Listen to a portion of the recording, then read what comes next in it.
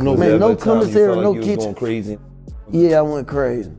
I'm just not the same, just mean person. New footage just surfaced, and it's already flipping the entire Gucci Mane and Pooh Shiesty story upside down. For months, fans sensed tension between the OG and his former protege, but nobody expected this moment to be caught on camera. What you're about to see adds a whole new layer to the fallout, and it raises questions neither side has answered yet. Pooh Shiesty and Gucci Mane goes viral footage.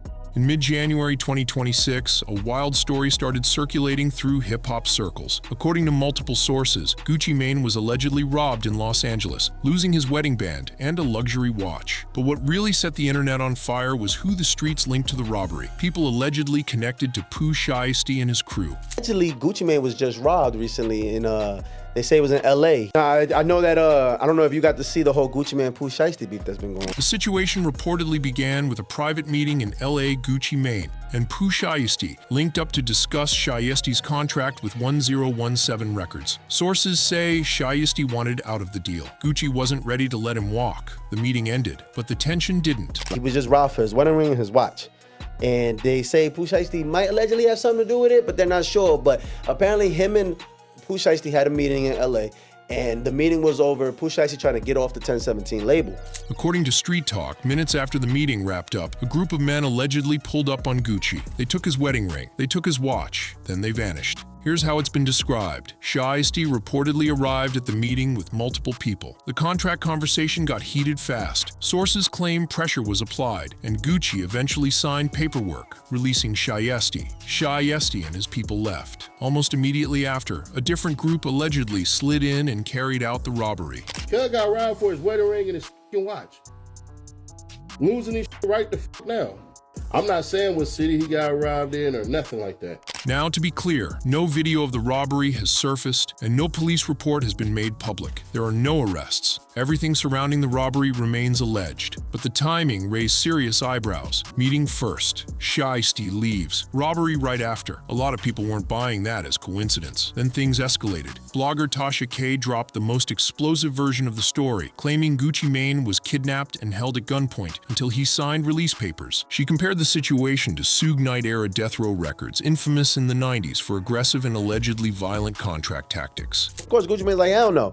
And apparently it was like one of those Vanilla Ice Suge Knight situations where Pooh Shiesty pretty much walked in there and was like, yo, look, you're gonna sign this. You're gonna make sure you sign it. And that comparison hit hard because of hip-hop history. Back in the early 90s, Suge Knight was accused of using intimidation to secure deals. The most famous story involved Vanilla Ice, who allegedly was threatened into signing over royalties. Whether fact or folklore, the story became legendary, and now people were drawing parallels. Apparently, Shiesty was with some people and they made him sign it over.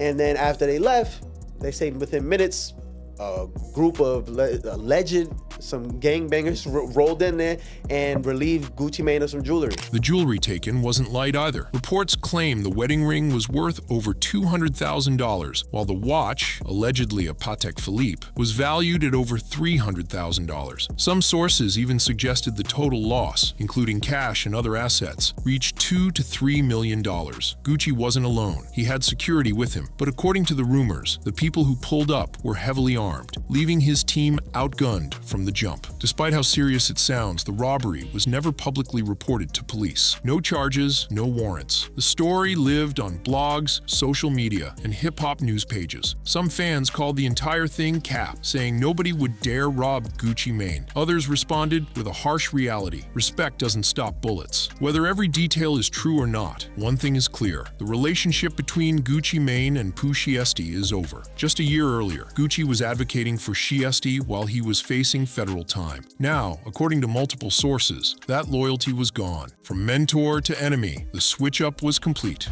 Gucci Mane and Pooh Shiesty, the relationship before everything went left.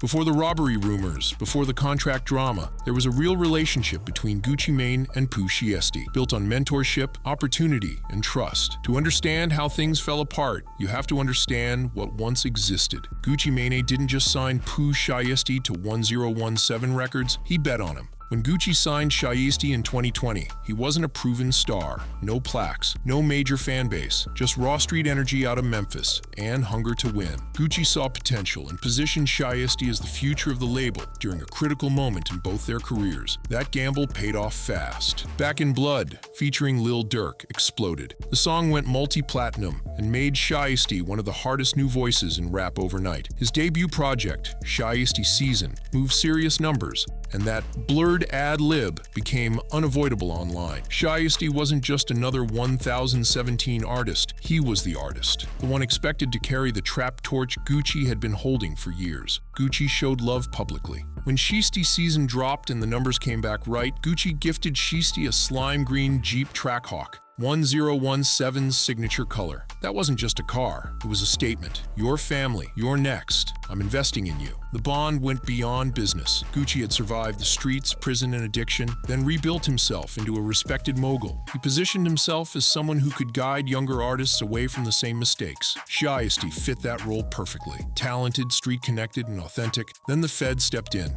In late 2020, Pooh Shiesty caught a federal case involving guns and a hotel robbery. By 2021, he was locked up, and his momentum came to a dead stop. While the industry moved on, Gucci didn't abandon him. He publicly spoke out about Shiesty's prison conditions, calling out extended lockdowns and poor treatment, moves he wasn't contractually or financially obligated to make. That loyalty mattered. Shiesty spent over 4 years behind bars while trends changed, and new artists filled the gap. Still, Gucci kept his name alive, speaking positively about him and expressing hope for his return. When Shiesty was released in October 2025, Gucci posted, "Time to shake the streets up. WAP proud of you." It looked like the comeback was on. But something had changed. That post was allegedly deleted shortly after. The first public sign that the reunion wasn't as smooth as it looked, and that the cracks leading to January 2026 had already formed. What do you think probably played out? Let me know your thoughts in the comments section. For more videos like this, click on this next card on your screen.